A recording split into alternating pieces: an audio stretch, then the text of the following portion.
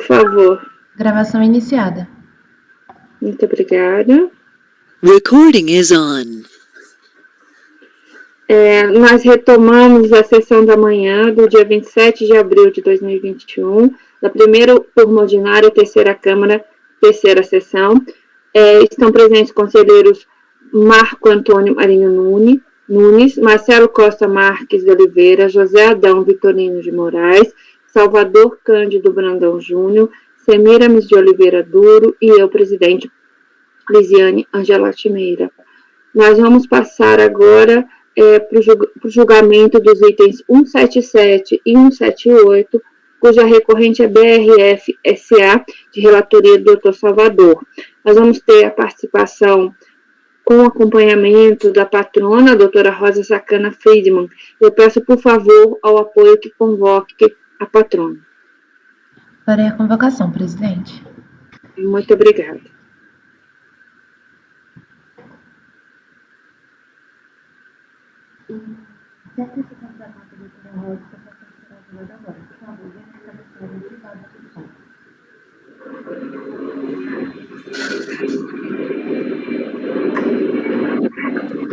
A convocação foi feita. Muito obrigada.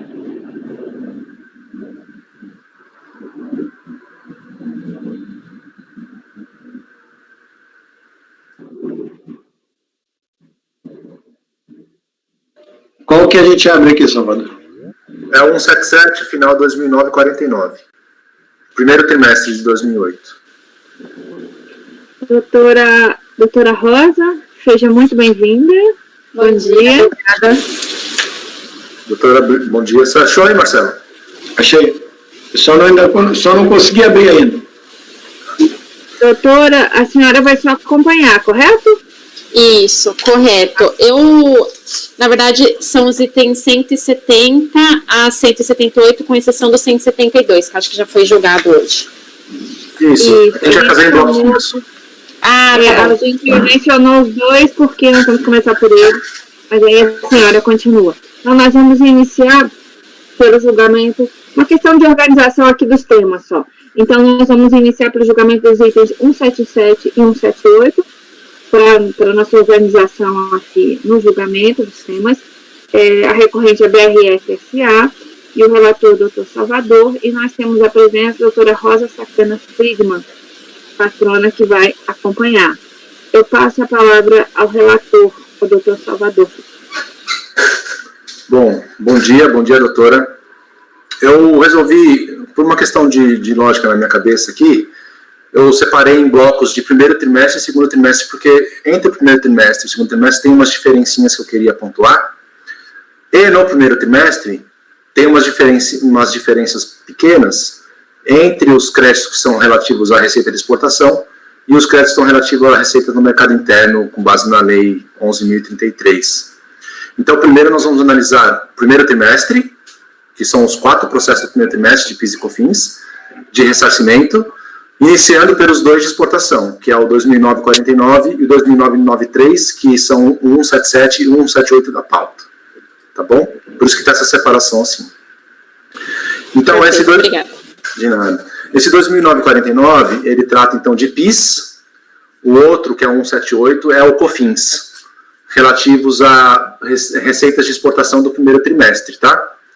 Bom, a gente já julgou o auto de infração e eu acho que vai ficar mais fácil a gente entender o que acontece aqui, porque os créditos são os mesmos, né? E a discussão é a mesma. A diferença é que lá na auto de infração eram créditos não ressarcíveis e aqui são os créditos ressarcíveis, né? Que podem ser objeto de pedido de ressarcimento. Não tem compensação, tá? É só ressarcimento. Então teve o despacho decisório que foi indeferida por uma questão de prova que não foi apresentada. Então a manifestação de conformidade é tudo em base em prova. A DRJ manteve o indeferimento do ressarcimento.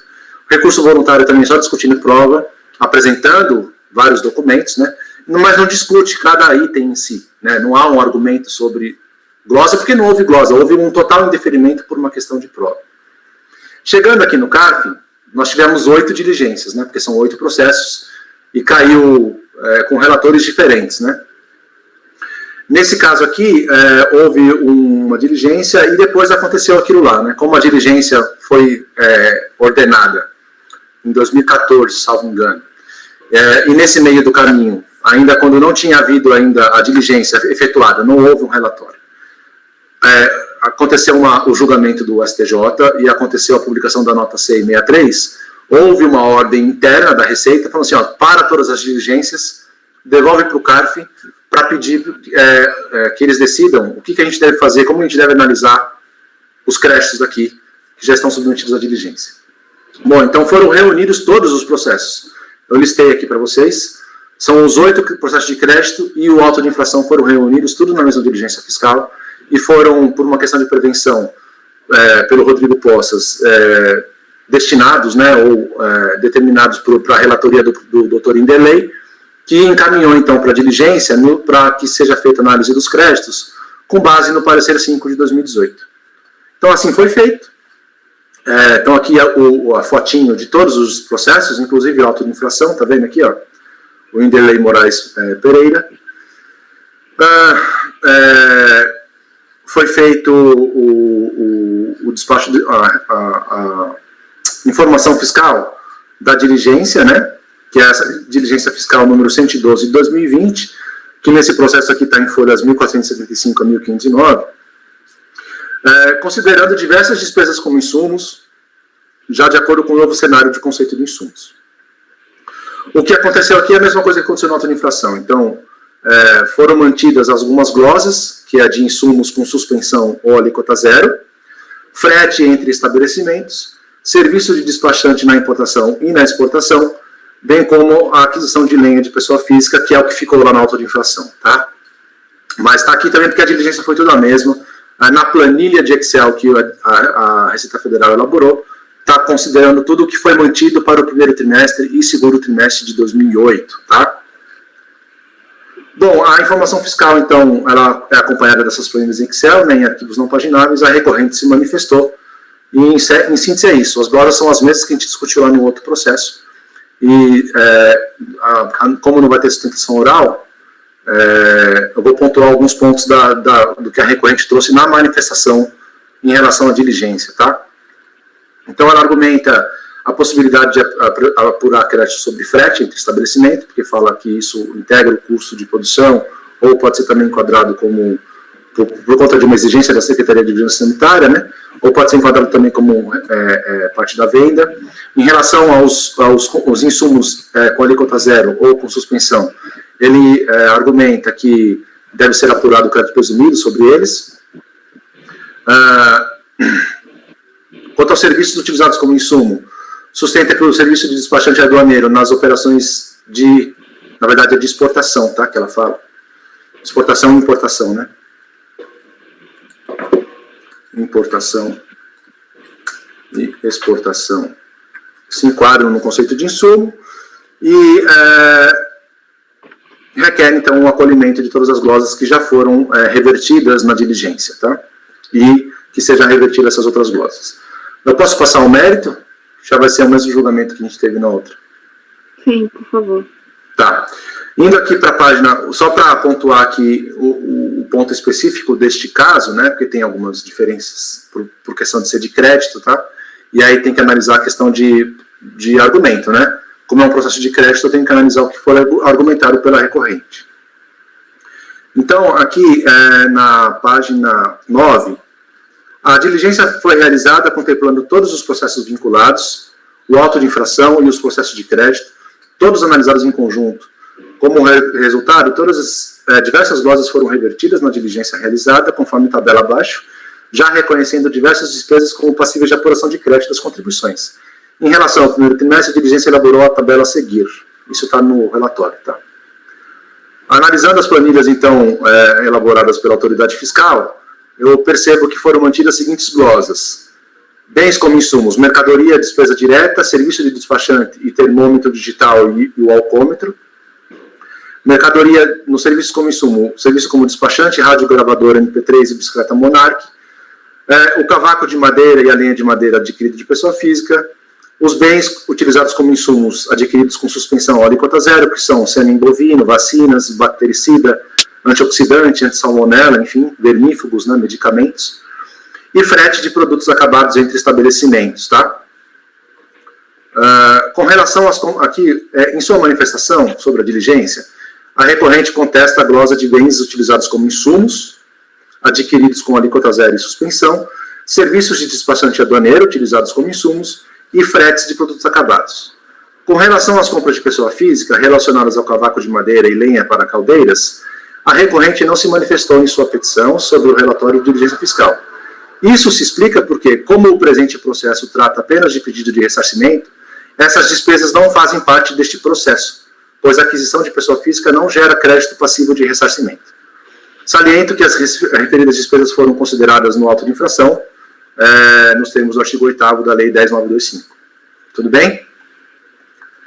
Então, eu vou seguir aqui as glosas. Bem e serviço utilizado como insumo, eu vou manter a glosa do mercadoria para despesas diretas. Eu estou resumindo, viu, doutora, porque a gente já discutiu esse assunto. Então, se quiser que eu leia com mais detalhe alguma dúvida que ficar, mas mercadoria para despesa direta, que está uma nomenclatura bem genérica, o radiogravador e a bicicleta Monarch, eu não estou revertendo, eu estou mantendo as glosas porque eu entendo que brinde, por exemplo, do radiogravador e a bicicleta não é insumo, e essa mercadoria para despesa direta não há uma especificação sobre o que se trata, não há em nenhum momento uma explicação do que é, tá? Mas eu estou revertendo a glosa do termômetro digital ou analógico, o alcômetro e o serviço de despachante apenas na importação, tá? Porque eu entendo que na exportação não é possível tomar o crédito porque não é um insumo, já está fora da empresa, já é uma operação de venda, e não existe um inciso específico para serviço de despachante na operação de venda, só para frete ou armazém, tá? Em relação aos insumos adquiridos, então aqui eu estou revertendo a glosa apurada sobre o alcômetro, sobre o termômetro e sobre o serviço de despachante aduaneiro incorrido na importação. Sobre os insumos adquiridos sem tributação, ou seja, com suspensão ou alíquota zero, eu estou mantendo essas glosas, tá? Eu não estou revertendo, porque da planilha que se é elaborada na diligência, eu verifico que são produtos adquiridos de indústrias, né? Indústrias genéticas, farmacêuticas, indústrias de laticínios, né? Que fabricam e vendem bactericida, antissalmonela, medicamentos, leite em pó integral, enfim, todos adquiridos de pessoas jurídicas.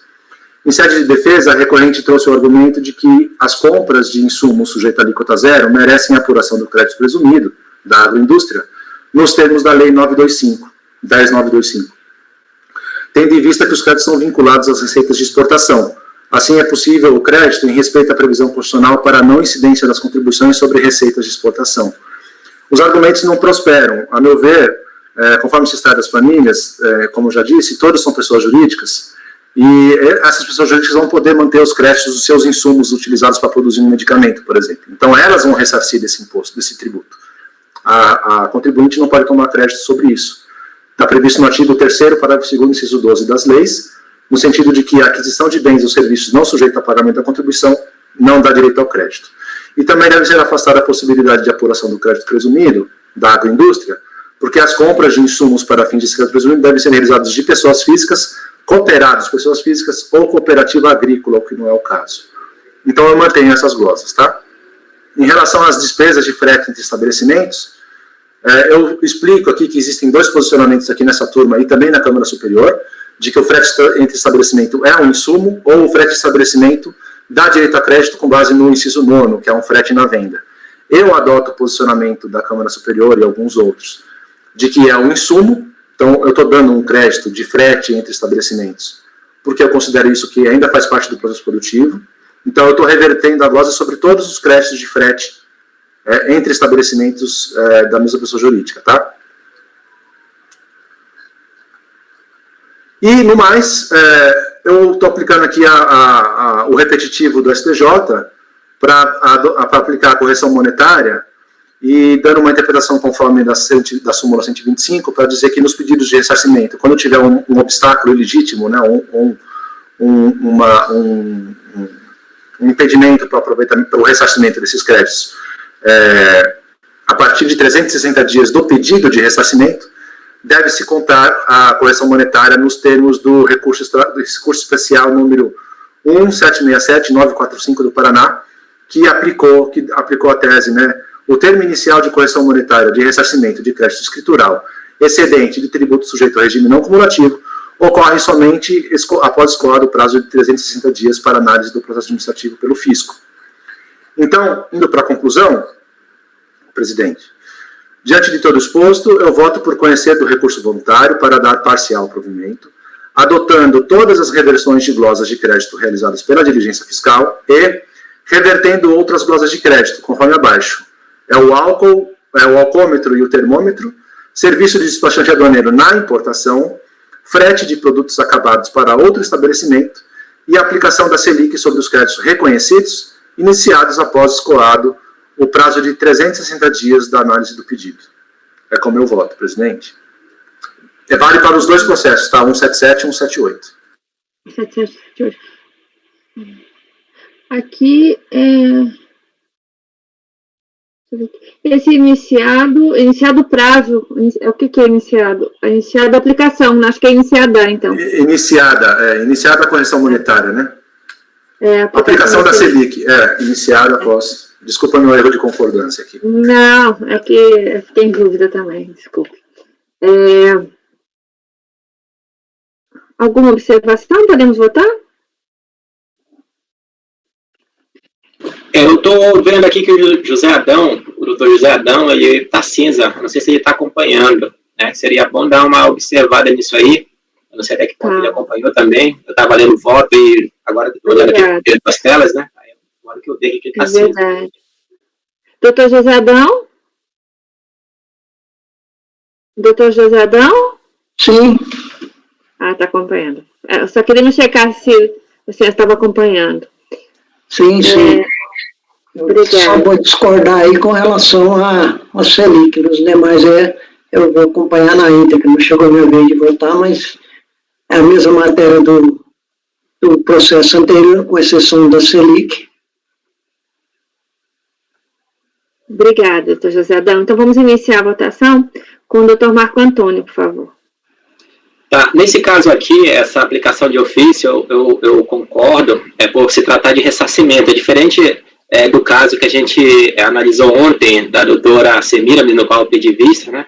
Porque aqui se trata de ressarcimento, e é um impedimento expresso, legal, para que seja atualizado os créditos decorrentes de ressarcimento de PIS e COFINS, né? Quando se trata de restituição ou reembolso, é o inverso. Há disposição expressa para permitir, para autorizar, né? Na verdade, é a determinação para que o crédito seja atualizado pela Selic, né? Isso aí está explicado em todas as INs de restituição, de ressarcimento e reembolso da Receita Federal. Então, em restituição e reembolso, a Selic está lá dizendo, olha, tem que atualizar. Já em ressarcimento, é o inverso, não há atualização. Como aqui se trata de ressarcimento, não tem compensação, né? Eu concordo, acompanho essa aplicação da decisão aqui do judicial e integralmente. Acompanho o voto do doutor Salvador. Muito obrigada, doutor Marco Antônio. Doutor Marcelo. Acompanho pelas conclusões no frete de produtos acabados entre estabelecimentos e no mais integralmente. Muito obrigada. Doutor José Adão. Como eu disse, em face da vedação expressa em lei, que foi declarada inconstitucional, e principalmente em face da súmula 125, eu vou discordar apenas quanto ao ressarcimento, contra pagamento de juros compensatórios sobre o ressarcimento. Muito obrigada. Doutora Semiramis. Acompanho o relator integralmente, presidente. Muito obrigada. Eu também acompanho integralmente. Então, com exceção da Selic, a decisão é por unanimidade de voto, sendo que o doutor Marcelo seguiu pelas conclusões em relação ao frete de produtos acabados. Em relação à aplicação da taxa Selic, a decisão é por maioria, sendo divergente do doutor José Adão. E assim concluímos o julgamento dos itens 177 e 178. Presidente, o 174, que é o final 2009-61, e 175, que é o final 2009-16, são também do primeiro trimestre, só que é relacionado a créditos de PIS e COFINS, né, depende do processo, PIS e COFINS, passíveis de ressarcimento, porque no mercado interno a venda é suspensa ou com alíquota zero, né, com base no artigo 17 da 11.033. Se você quiser, já começar... aqui? Tá. Então, vamos passar agora ao julgamento dos itens 174 e 175, também recorrente BRF-SA. O relator continua sendo o Dr. Salvador, e nós continuamos contando com a presença da patrona, Dr. Rosa Sacana Friedman. Por favor, doutor Então, Salvador. assim, só para resumir, porque a conclusão vai ser a mesma, aqui é tudo igual, tá? Os mesmos créditos, as mesmas análises, tudo, as mesmas diligências, o mesmo relatório fiscal, as mesmas planilhas, tudo igual. A diferença é que, neste caso do mercado interno, na sua manifestação, a recorrente não arguiu o serviço aduaneiro. Então, eu não vou dar porque não foi arguído. Tá? Não vou reconhecer de ofício. Assim, não vou reverter elas de ofício. Então, não sei se todos concordam com isso, mas como é um pedido de ressarcimento, eu acho que faz parte o pleito, né, do crédito. Sim. Então, só estou revertendo aqui o alcômetro. Então, assim, diante do exposto, já na conclusão, se me permite, voto por conhecer do recurso voluntário para dar parcial provimento, adotando todas as reversões de glosas de crédito realizadas pela diligência e revertendo outras, conforme abaixo: o álcool e o termômetro do tipo espeto, fretes de produto acabado para outro estabelecimento e a aplicação da Selic iniciada após escoado o prazo de 360 dias. É como eu voto, presidente. Muito obrigada. Então, vamos passar ao julgamento dos itens 174 e 175. Podemos passar a votação? Doutor José Adão continua aí, né, doutor José Adão? Sim, sim. Tá ótimo. Doutor Marco Antônio? Acompanho o relator. Muito obrigada. Doutor Marcelo? Acompanhe pelas conclusões no FET de produtos acabados entre estabelecimentos e no mais acompanhe integralmente. Obrigada. Doutor José Adão? Divirjo quanto ao Selic. Muito obrigada. Doutora Semiramis? Acompanho o relator. Obrigada. Eu também acompanho o relator. Então, a decisão, com exceção da Selic, a decisão é por unanimidade de votos, sendo que o doutor Marcelo vota pelas conclusões. Em relação à taxa Selic, a decisão é por maioria de votos, sendo divergente a posição do doutor José Adão. Com isso, encerramos a votação dos itens 174 e 175. Passamos agora, pode ser em conjunto, né, doutor Salvador? Eu só quero fazer uma observação. Tem um processo... Agora, esse segundo trimestre de 2008 são todos iguais, tá? Tem uma diferença pontual no 2009-38, que é o número... 2009-38, o número 173 da pauta. Então, eu queria deixar esse 173 por último. Tá bom. A gente pode fazer agora o 170, que é o 2009-82, o 171, que é o 2009-50, e o 176, que é o 2009-13. Ótimo. São todos iguais, tá? Vou anunciar aqui. Então, passamos agora... Qual que é o 170? Agora... Abre o 170, que é o 2009-82. Deixa eu só anunciar aqui, então. Passamos ao julgamento dos itens 170, 171 e 176, todos também da recorrente BRF-SA. Em todos, contamos aqui com o acompanhamento da patrona, a doutora Rosa Sacana Friedman, e todos de relatoria do doutor Salvador. Doutor Salvador, por favor.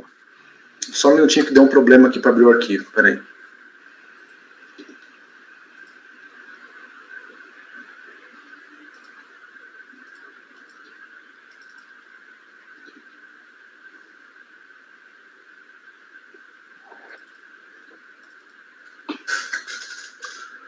Bom, é tudo igual, tá? Crédito do mercado interno, crédito na exportação, as mesmas glosas, mesmo relatório fiscal, tudo o mesmo procedimento, enfim, reunião por conexão de todos os processos. Qual que é a diferença aqui? Aqui, segundo trimestre, foi feito, claro, veja bem, a Eleva existiu até abril de 2008, tá? Em 30 de abril de 2008, a BR Foods incorporou a Eleva. O que isso significa? A partir de maio e junho, os meses de maio e junho de 2008, não existe mais Eleva, só existe BR Foods. A personalidade jurídica da Eleva foi extinta. Quando acabou o segundo trimestre, abril, maio e junho, e ele verificou o acúmulo de crédito na exportação e mercado interno, a única pessoa jurídica possível de fazer crédito fez o pedido de ressarcimento. E a BR Foods, ela fez, a Perdigão na época, né, era o nome dela, ela fez o pedido de ressarcimento do trimestre inteiro, abril, maio e junho. O que a fiscalização falou na diligência? Ela falou o seguinte, olha, em maio e junho, os créditos da Eleva não existem mais, a gente está analisando aqui só a Eleva. Então, eu vou analisar só abril, porque maio e junho é da BR Foods, e deveria ter sido apresentado um PERDCOMP separado só para maio e junho. Faz sentido, Marco? Aí, posso seguir então com o meu voto? Em relação aos bens como insumos, tanto no mercado interno como na exportação, a recorrente argumentou o serviço de despachante. Então, o que eu estou revertendo aqui no conceito nos bens e serviços utilizados como insumos? Estou revertendo o termômetro e o alcômetro e o serviço de despachante utilizado na importação. Tá? Estou revertendo essas glosas. Em relação aos insumos adquiridos sem tributação, porque estão com suspensão ou alíquota zero, como foram adquiridos de indústria, não é passível de creditamento no crédito presumido e também mantenho as glosas, tá? Igual o outro.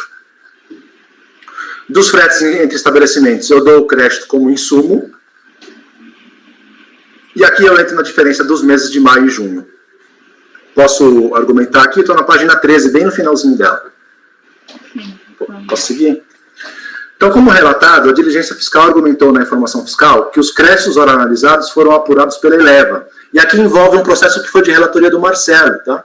Porque a BR Foods, no ano de 2008, ela foi autuada pelos créditos não ressarcíveis, né? Mesma coisa que aqui, que é um processo de final de 2013, que foi julgado pelo Marcelo aqui no CARF em 2016, e a superior, ela já julgou também, já teve definitivamente transitado em julgado, e foi feito um relatório de diligência específico para os créditos da BR Foods, de todo o ano de 2018, o que inclui maio e junho nosso aqui, que estamos analisando. Então, ela apurou os créditos, mas ela falou que ela não poderia permitir o crédito porque não foi pedido.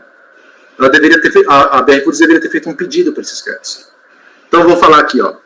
Como relatado, a diligência fiscal argumentou na informação fiscal que os créditos analisados foram apurados pela Eleva, incorporado pela BR Foods em 30 de abril de 2008. Desculpa, tá, gente? 2008.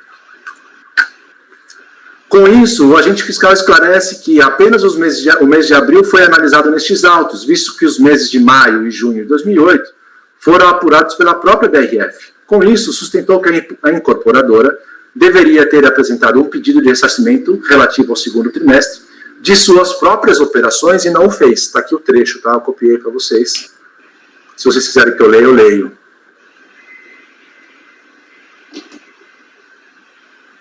Até coloco aqui no item 20, né? Por conta da incorporação, a análise das operações da Eleva é interrompida nesta data, sendo os pedidos de ressarcimento analisados até aquele momento, sendo desconsiderado quaisquer valores informados após aquela data.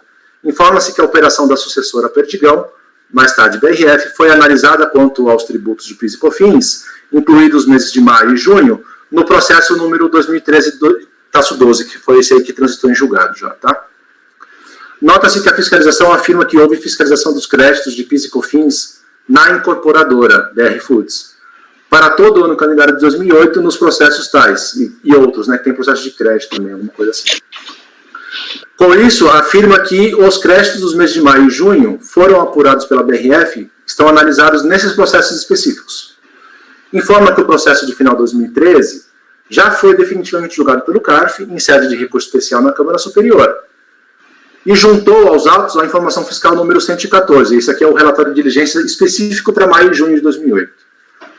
Analisando a informação fiscal 114, elaborada para atender a decisão definitiva do CARF no acórdão 9303-006-218, já transitado em julgado, destaco que a fiscalização apurou os créditos vinculados às receitas auferidas no mercado interno e não tributadas, né, que é o artigo 17, bem como os vinculados às receitas de exportação, ou seja, os créditos ressarcíveis objeto desse PERDCOMP.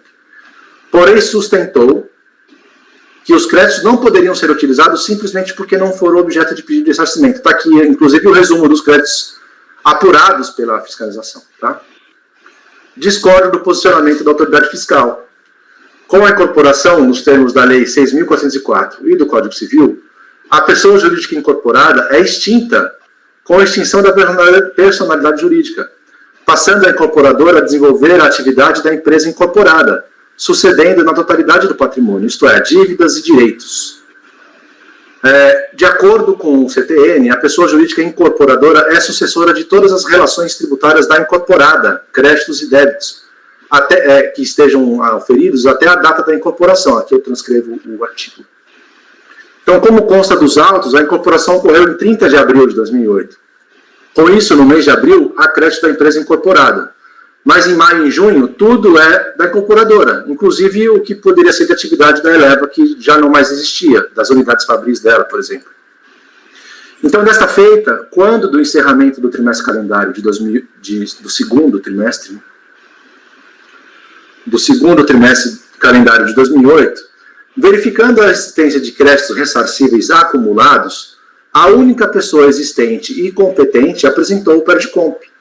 Não há como apresentar PERDCOMP separado, como sugere o agente fiscal, tendo em vista ser cabível apenas um PERDCOMP por trimestre calendário. Ademais, só existia uma pessoa jurídica, a única com personalidade jurídica para requerer o ressarcimento. Assim, condicionar a apresentação de um PERDCOMP para o mês de abril e outro para os meses de maio e junho representa uma exigência impossível juridicamente, na minha opinião. Por isso, ao contrário do que argumenta a fiscalização, a recorrente apresentou um PERDCOMP para todo o segundo trimestre, como se vê do pedido de ressarcimento de folhas tais. Está aqui um print da tela, tá? Todos os meses. Como informa a própria autoridade fiscal, o auto de infração lavrado no processo de 2013, que já está transitado em julgado, cuidava apenas dos créditos não ressarcíveis, utilizados apenas para deduzir as próprias contribuições. Assim como feito no auto de infração de 2012, que nós julgamos hoje de manhã, para apuração dos créditos não ressarcíveis da Eleva nos meses de janeiro a abril de 2008. Nada tratando dos créditos objeto do presente processo de ressarcimento. Assim, entendo que o julgamento aqui realizado deve ser aplicado também para os meses de maio e junho de 2008, tendo em vista que o pedido de ressarcimento realizado requer créditos de todo o segundo trimestre. Então, ao contrário do que diz a fiscalização, que não há um pedido sim. Aqui eu trato da correção monetária, dando a correção monetária aplicando o repetitivo do STJ. Então, a conclusão é a mesma, né? Para todo o trimestre calendário, diante do imposto, eu voto por conhecer do recurso voluntário para dar parcial provimento, adotando todas as reversões de glosas de crédito realizadas pela agência fiscal e revertendo outras glosas de crédito no que diz respeito ao mês de abril de 2008. Não é mês de abril, não. É de todo o trimestre, desculpa. Ao segundo trimestre de 2008. Então é assim, adotando as reversões de glosas de crédito realizadas na diligência fiscal, que é a diligência 114 e a 112 que estão nos autos, tá? Esses créditos que foram revertidos, eles não foram para... Você está me escutando? Está muito ruim. Agora vai, pode falar. Eu vou chegar mais perto aqui. Esses créditos não incluíram abril. Para abril, você não teria que incluir também aqueles que estariam na diligência, mas não estão? Não, ele analisou abril. Na verdade, ele analisou todo o trimestre. Só que o mês aqui no relatório de diligência deste processo, que é o relatório de diligência, eu até posso colocar os números aqui, né? Diligência fiscal nos relatórios. Eu não entendi muito bem como é que ele fez a diferença entre abril e os outros meses do trimestre. Então, ele fez duas diligências fiscais no segundo trimestre. Uma é 112-20, que é só crédito da BR Foods, que aí inclui maio e abril de 2008. Tá. Só que mesmo apurando maio e junho de 2008. Só que aí nessa diligência ele fala o seguinte: maio e abril de 2008 ele não pode ser ressarcido porque não teve um pedido. Só que teve o pedido, que é esse que nós estamos analisando aqui. Uhum. Ele fez o pedido de todo o trimestre, abril, maio e junho. Uhum. É que abril tem crédito da Eleva, que foi incorporado. Então o fiscal ele quis fazer uma separação. Ele falou assim, ó, eu vou auditar abril, neste processo de pedido de compra aqui, que é o relatório número 114, porque abril é da Eleva. Os créditos da BR Foods, que são maio e junho, porque não existe mais Eleva, está no relatório 120. Mas eu não vou dar... 112, quer dizer. Mas eu não vou dar porque não teve pedido. E eu estou dizendo, teve pedido. Então eu estou dando todo o trimestre. Entendi. E fica claro, não precisa repetir quais seriam os créditos que ele não deu e você está dando, porque você disse que adota o relatório fiscal e mais esses aqui. Não fica confuso? Isso. Não fica. Porque lá no processo que é o da BR Foods, que transitou julgado, eles deram crédito de frete também. Tem vários outros créditos que foram dados, né? Então, foi igual que aconteceu aqui, né? Produtos de limpeza, equipamento de proteção individual, enfim. No final, acho que acaba sendo o mesmo montante. Só que eu estou frisando aqui que eu estou dando para maio e junho também esses itens que eu estou dando para abril. Porque eu não sei como que ficou lá. Assim, a planilha, a planilha que ele apresenta, ela é os volumes totais, né? Os valores totais. Uhum. Então, cabe ali a fazer uma análise depois se vai acrescentar alguma coisa ou não. Eu não sei se vai acrescentar alguma coisa ou não de diferente do que foi julgado lá. Porque foi a nossa turma mesmo que julgou aquele outro processo. Em relação ao que foi concedido, seja qual seja o relatório, é igual. Então, você só está complementando para os dois. É isso. Então, eu vou colocar assim na conclusão, tá? Diante de todo exposto, voto por conhecer do recurso voluntário para dar parcial provimento, adotando todas as reversões de glosa de crédito realizadas na diligência fiscal 114 de 2020, que é desse processo, tá? Uhum.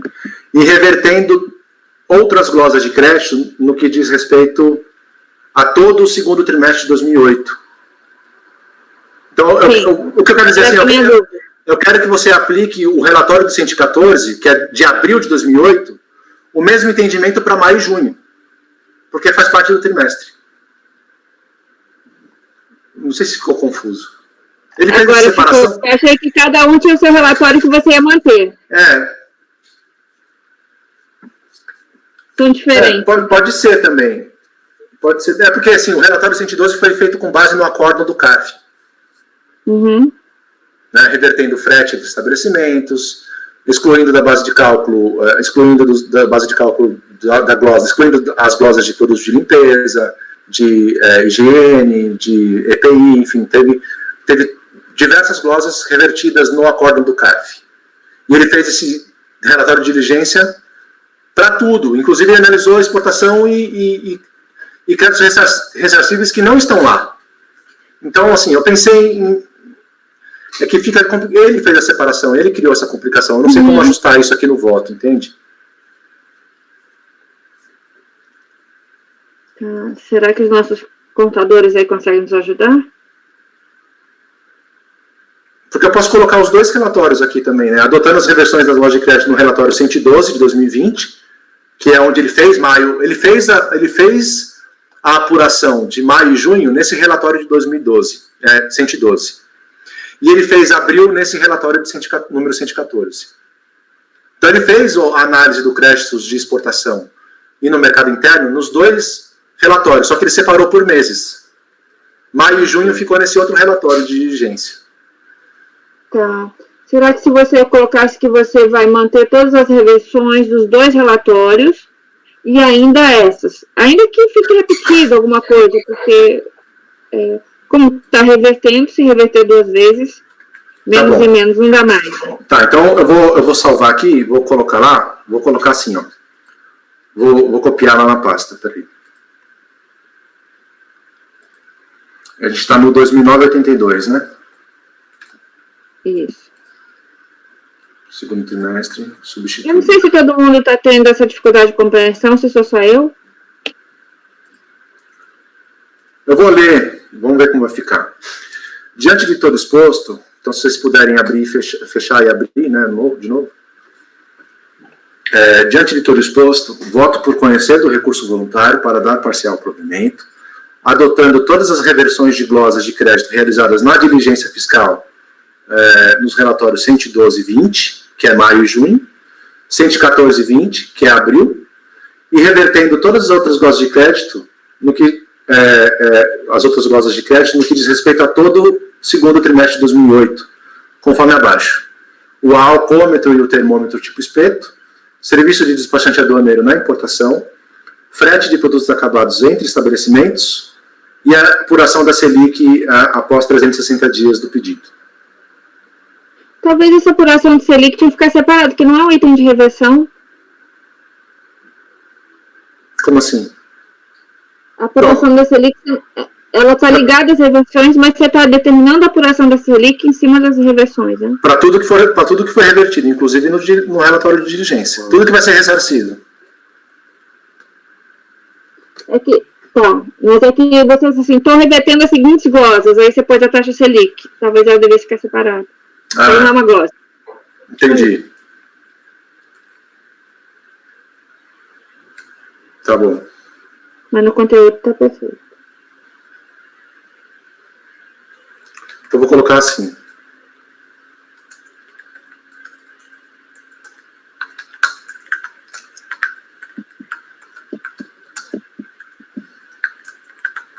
Então, eu vou colocar assim, ó, no final. Eu tirei o hífen ali, né? E coloquei assim, sobre o valor a ser ressarcido, deve ser aplicado a Selic sobre os créditos reconhecidos, iniciado após escoado 360 dias. Isso.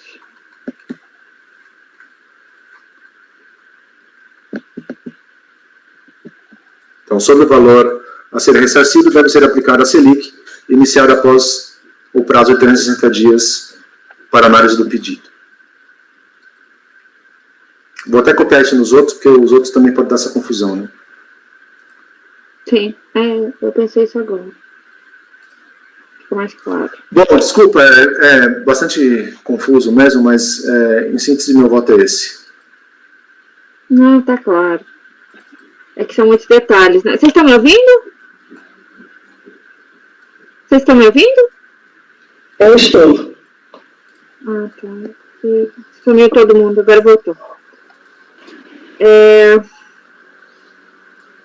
Podemos, então, passar a votação?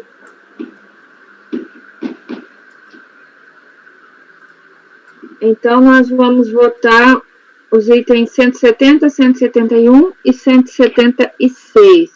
E a proposta é provimento parcial, né, nos termos do voto do relator. Doutor Marco Antônio? Eu acompanho o relator. Muito obrigada. Doutor Marcelo? Eu acompanho pelas conclusões no que concerne a frete de produtos acabados e estabelecimentos e no mais, acompanho integralmente e mais uma vez parabenizo o doutor Salvador pelo trabalho. Impressionante mesmo a precisão do trabalho que você fez. Parabéns. Obrigado. Doutor José Adão? Eu divido apenas contra o pagamento de juros sobre o ressarcimento. Muito obrigada. Doutora Semiramis? Acompanho o relator.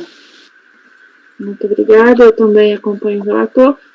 Então, os itens 170, 171 e 176, com exceção da taxa Selic, por unanimidade de votos, sendo que o doutor Marcelo vota pelas conclusões no frete. Em relação à taxa Selic, por maioria de votos, com exceção, com divergência do doutor José Adão. Com isso, encerramos o julgamento dos itens 170, 171 e 176, e eu vou anunciar agora que nós passamos ao julgamento do item 176, também da BRF. Só um minutinho, presidente. Deixa eu fazer uma coisa aqui. Deixa eu copiar lá de novo. Tá é o 2009-38 agora, né?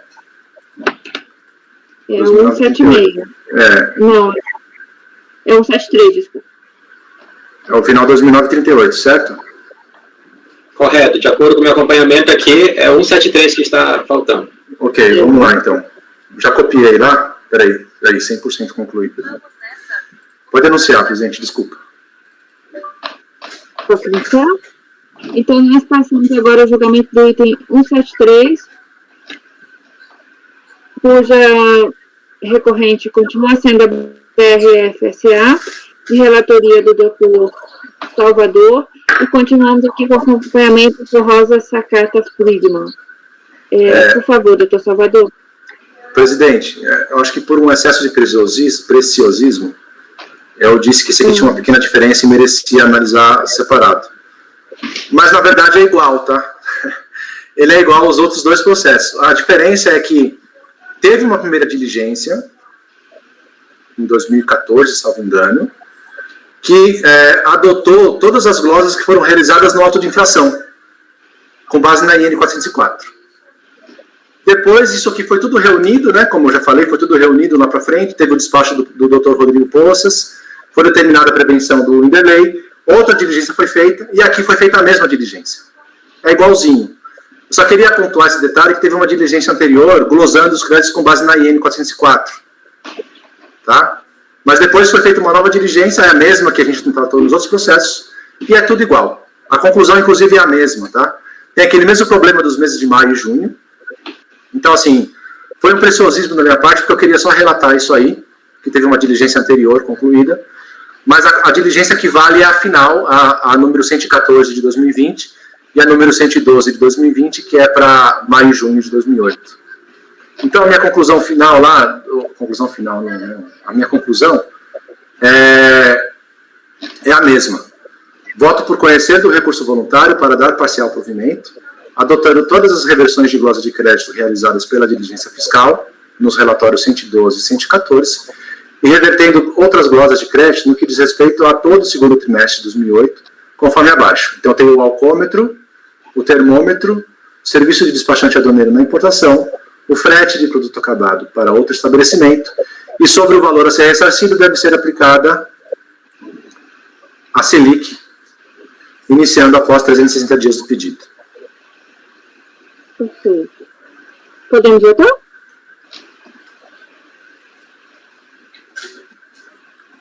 Doutor Marco Antônio? Acompanhe, relator.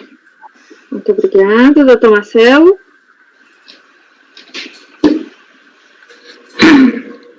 Acompanhe pelas conclusões com relação a frete de produtos acabados e no mais integralmente. Muito obrigada. Doutor José Adão? Divido quanto a Selic e acompanho os demais itens. Muito obrigada. Doutora Semiramis? Acompanho o relator, presidente. Obrigada. Eu também acompanho o relator. Então, o resultado fica semelhante ao anterior. Por unanimidade de voto, com exceção da taxa Selic, sendo que o conselheiro Marcelo vota pelas conclusões. Em relação à taxa Selic, é por maioria, tendo divergência do doutor José Adão. E com isso encerramos a votação do item 173 e encerramos o julgamento de todos os processos da BRF-SA. E agradecemos aqui a presença da doutora e o acompanhamento da doutora Rosa Sakata Friedman. Muito obrigada, doutora Rosa. Obrigado, doutora. Desculpa a demora aí. Obrigada, imagina que agradeço. Bom dia a todos. Bom dia. Amanda, tem mais um patrono?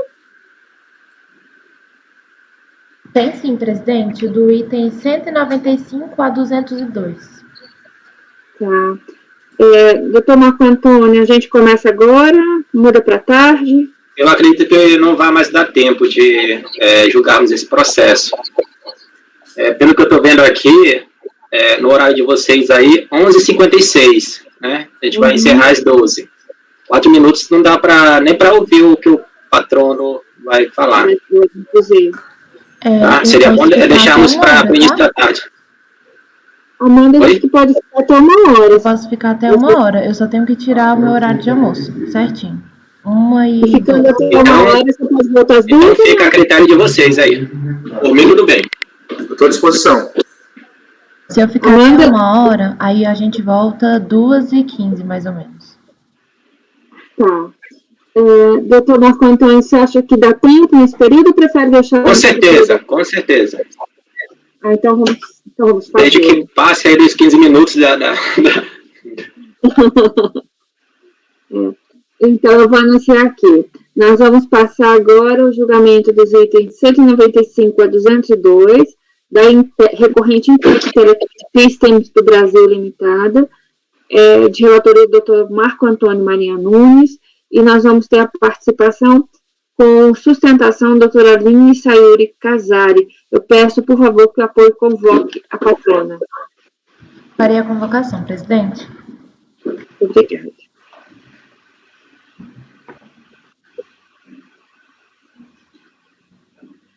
Item 195 da pauta 22, doutora Aline, que você será ajudada agora. Por favor, verificar a mensagem privada no site. A convocação foi feita. Muito obrigada.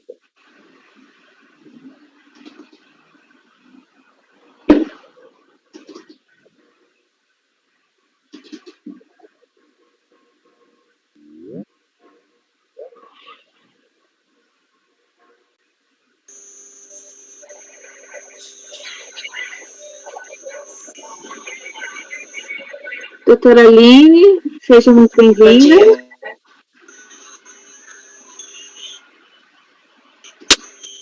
Bom dia, doutora Aline, seja bem-vinda. A senhora nos escuta? Bom dia. Escuto, mas acho que minha internet está um pouco ruim. Certo. A doutora vai fazer sustentação, certo? Certo, isso. Okay. Então, vamos iniciar. Sua imagem não está aparecendo, doutora. Melhorou. Agora está ok. Então, a gente fica em dúvida se a senhora está conseguindo acompanhar ou não. Nós vamos, então, passar o julgamento dos itens. Marco Antônio, é 1 a 1, são todos em conjunto? É apenas um processo, os demais são repetitivos. Tá?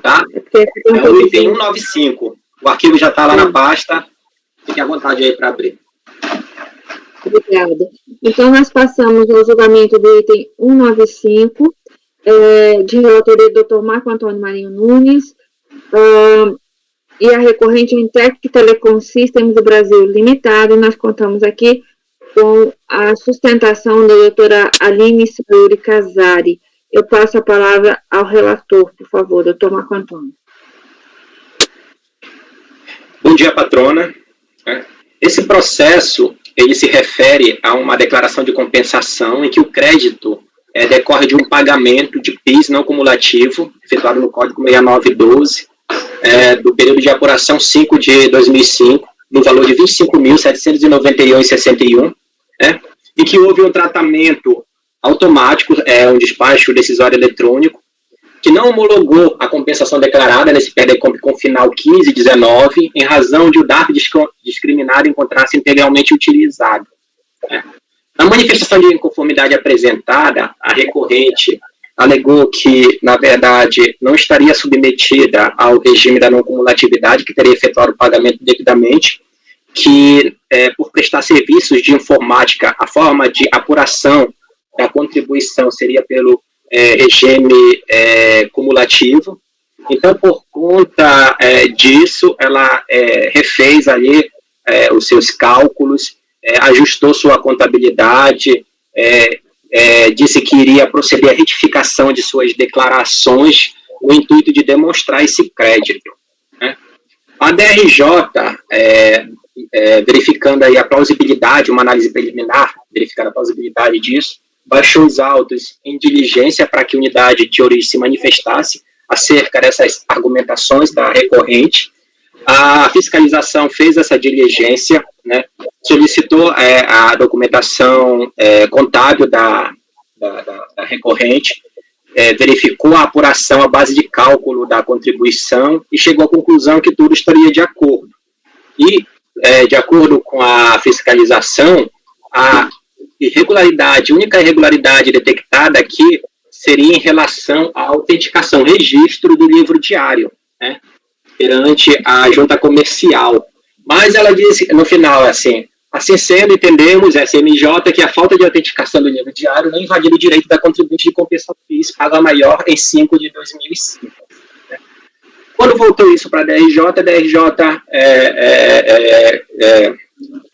enfatizou que essa não autenticação, na verdade, teria o poder de não comprovar a liquidez e certeza do crédito tributário, e por isso julgou a manifestação de inconformidade improcedente. A recorrente apresentou recurso voluntário, em que reitera as argumentações até então ofertadas, né, na manifestação de inconformidade, e diz que, posteriormente, em relação à motivação ali da DRJ para julgar improcedente o recurso, os livros diários eles foram autenticados na junta comercial. Então, esse é o relatório, senhora presidente. Eu retorno a palavra para que seja dado andamento aí. Muito obrigada, doutora Patrona. Eu passo agora a palavra à patrona para sua sustentação, por favor. Bom dia, obrigada. Conforme muito bem relatado, o processo ele trata de um pedido de compensação, né, em decorrência aí de um pagamento indevido de PIS sobre o regime não cumulativo. Esse recolhimento indevido, ele se originou, na verdade, da apuração equivocada pelo regime não cumulativo, porque a recorrente não observou o quanto disposto na Lei 11.051, que alterou a Lei 10.833, para que as empresas que prestassem serviços de informática realizassem o recolhimento de PIS e COFINS sobre o regime cumulativo. Depois de constatado esse erro, a recorrente retificou a sua contabilidade e recolheu a contribuição sobre o regime cumulativo e pediu a compensação do quanto recolhido sobre o regime não cumulativo. No entanto, ela acabou esquecendo de retificar a sua DCTF, e foi esse o motivo da não homologação das suas compensações. Após tomar em mãos o despacho decisório e verificar que, de fato, ela não havia retificado a sua DCTF, ela apresentou as suas razões na manifestação de inconformidade, informando que retificaria a sua DCTF, como de fato ela fez, e juntou aos autos as folhas 61 e seguintes. Ela apresentou a planilha demonstrativa de apuração da base de cálculo das contribuições do período. Ela apresentou a cópia de todas as notas fiscais de prestação de serviço do período, apresentou a DACOM retificadora e o livro Razão Analítico. Convertido o julgamento em diligência para que a fiscalização se manifestasse sobre os documentos apresentados pela recorrente em sua manifestação de inconformidade, a fiscalização informou que, após pedir as segundas vias originais das notas fiscais de prestação de serviço, o livro diário original e o livro razão original, a fiscalização constatou que as segundas vias apresentadas, elas conferem com as cópias das notas anexadas à manifestação de inconformidade, e que, apesar dos livros diários não estarem devidamente autenticados no órgão competente, os valores das notas fiscais apresentadas, elas estão lançadas no livro diário sobre a rubrica Receita de Prestação de Serviços. Informou ainda que os valores declarados na DCTF e na DACOM retificadora, a título de PIS, correspondem aos valores apurados pelo regime cumulativo e tem como base de cálculo as receitas de prestação de serviço, segundo o que consta nas notas fiscais emitidas. Informou ainda que a escrituração contábil referente ao mês de maio de 2005, os valores lançados a título de PIS são aqueles apurados através do regime da não cumulatividade, e que os ajustes efetuados pela recorrente na sua escrituração contábil, obtidos pelo regime cumulativo em substituição aos valores anteriormente informados pelo regime não cumulativo, foram efetuadas de forma global, né, em novembro de 2005, e que os valores foram verificados pela fiscalização e corroboram com a explicação dada pela recorrente em sede de manifestação de inconformidade. A fiscalização complementou ainda que foi constatado o erro formal, né, da autenticação dos livros diários, mas que a fiscalização verificou o correto preenchimento da DACOM e da DCTF retificadora, com base na receita de prestação de serviços apurados pelo regime cumulativo, e que a fiscalização entende que a falta de autenticação dos livros não invalida o direito do contribuinte de compensar o PIS pago a maior em maio de 2005. Sobre o tema, é importante ainda que se diga que a recorrente solicitou algumas vezes a devolução do livro diário original à fiscalização, para que ela procedesse à correção desse erro formal da falta de autenticação dos livros. No entanto, a DRJ entendeu por bem julgar improcedente a manifestação de inconformidade da recorrente pelo simples fato, desconsiderando todo o conjunto probatório acostado aos autos, pelo simples fato de que o livro diário não estaria autenticado. Mas é importante que se diga que a própria fiscalização não encontrou qualquer divergência entre o quanto informado na DCTF, na DACOM retificadora, e as planilhas demonstrativas acostadas pela recorrente, com aquilo que estava no livro diário, ainda que ele não estivesse autenticado. Por esse motivo, a recorrente entende que, pelo princípio da verdade material, da razoabilidade, a decisão proferida pela DRJ deve ser reformada, levando-se em consideração todo o conjunto probatório acostado aos autos pela recorrente, a veracidade das informações. Então, a decisão deve ser reformada para reconhecer o direito creditório pleiteado e homologar integralmente a compensação declarada. É o que se pede no recurso voluntário. Obrigada. Muito obrigada, doutora Nini. Eu devolvo a palavra ao relator.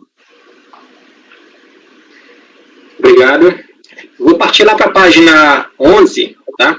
Já que já foi bem explanada aí a questão de fato. Como visto, embora a fiscalização haja concluído pela validade do direito da contribuinte de compensar o PIS pago a maior em 5 de 2005, a DRJ considerou não comprovada a liquidez e certeza do crédito em razão de falta de autenticação dos livros diários 7 e 8, relativos ao ano calendário 2005. Pois bem, de minha parte, eu corroboro com as conclusões da fiscalização expostas no resultado da diligência fiscal. Ou seja, a falta de autenticação dos livros diários não invalida o direito creditório da contribuinte. O direito ao crédito, no caso, decorre simplesmente de pagamento indevido, efetuado para o PIS no regime da não cumulatividade, visto que a recorrente encontrava-se legalmente excluída desse regime de apuração das contribuições. Os termos do artigo 10, 25, combinado com o artigo 15 da Lei 10.833 de 2003. Tal condição foi confirmada pela fiscalização no curso de diligência fiscal. Ora, não ser a recorrente contribuinte submetida ao PIS não cumulativo é consequência lógica que o pagamento feito nesse regime de apuração considera-se indevido. Em diligência fiscal, a fiscalização confirmou a regularidade e exatidão da apuração, tanto da base de cálculo quanto do valor devido de PIS no período de comento, bem como chancelou a exatidão dos registros contábeis dos fatos, conforme respostas às letras D e E, já reproduzidas anteriormente. Essas letras D e E referem-se à diligência, os quesitos formulados pela DRJ, em que a fiscalização expõe claramente isso. Portanto, nestes autos, além da demonstração do pagamento indevido, há a comprovação da procedência dos ajustes efetuados pela recorrente com o intuito de regularizar o erro cometido na apuração do PIS em regime diverso do legalmente aplicado às suas atividades. Neste ponto, ressalto que apenas a retificação da DCTF após o despacho decisório não teria o condão de desconstituir sua motivação e conclusão pela negativa do pedido. Porém, nestes autos, todas as afirmações e alegações da recorrente podem ser confirmadas por meio da análise da legislação correlata e da documentação fiscal e contábil apresentada, inexistindo razões para outra conclusão que não aquela pela comprovação da liquidez e certeza do crédito pleiteado, os termos exigidos pelo artigo 170 do CPN. Eu sinto aqui alguns julgados, inclusive dessa turma, em relação a essa questão da comprovação da liquidez e certeza, como critério para reconhecimento da legitimidade do crédito. Esclarece-se que há muito a jurisprudência desse colegiado já evoluiu para concluir que a restituição compensação tributária via PDComp não está vinculada à retificação de DCTF, da COM, do IPJ ou do próprio PDComp, antes ou depois da emissão do despacho decisório, desde que a contribuinte comprove a liquidez e certeza de seu crédito. E como a recorrente juntou os autos seus registros contábeis e documentos fiscais, acompanhados de documentação hábil para infirmar o motivo do despacho decisório que levou a autoridade fiscal competente a indeferir o pleito creditório, deve ser reformada a decisão de piso. Antes de concluir, ressalto que não se está neste voto firmando a conclusão de que a falta de autenticação do livro diário seja desnecessária para quaisquer fins, tributários ou não, mas tão somente que no caso específico destes autos, pleito de direito creditório usado em compensação, conclui-se que a falta de tal registro, aspecto formal, não tem o condão de desconstituir o direito a que faz jus a contribuinte, notadamente quando esteja aprovada a liquidez e certeza do crédito pleiteado pela recorrente e ainda haja ratificação desse crédito em diligência pela autoridade fiscal. Por fim, é importante esclarecer que a recorrente promoveu a regularização da formalidade em questão, a ausência de registro, encontrando-se atualmente os referidos livros diários registrados na Junta Comercial do Estado de São Paulo desde 13 de novembro de 2012, conforme prova as cópias autenticadas de seus termos de abertura e encerramento carreado aos autos nesta fase recursal. E havendo acervo probatório suficiente para legitimar o crédito pleiteado, bem como análise fiscal em diligência no mesmo sentido, há de ser revertida a decisão de piso. A minha conclusão, portanto, é por dar provimento ao recurso voluntário. E devolvo a palavra, senhora presidente. Muito obrigada. Algum comentário? Podemos votar? Então, a proposta do relator é dar provimento. Doutor Marcelo? Acompanho. Muito obrigada. Doutor José Adão? Acompanho. Muito obrigada. Doutor Salvador? Acompanho. Muito obrigada. Doutora Semiramis? Acompanho. Obrigada. Eu também acompanho. Então, a decisão é, por unanimidade de voto, dar provimento ao recurso voluntário no item 195.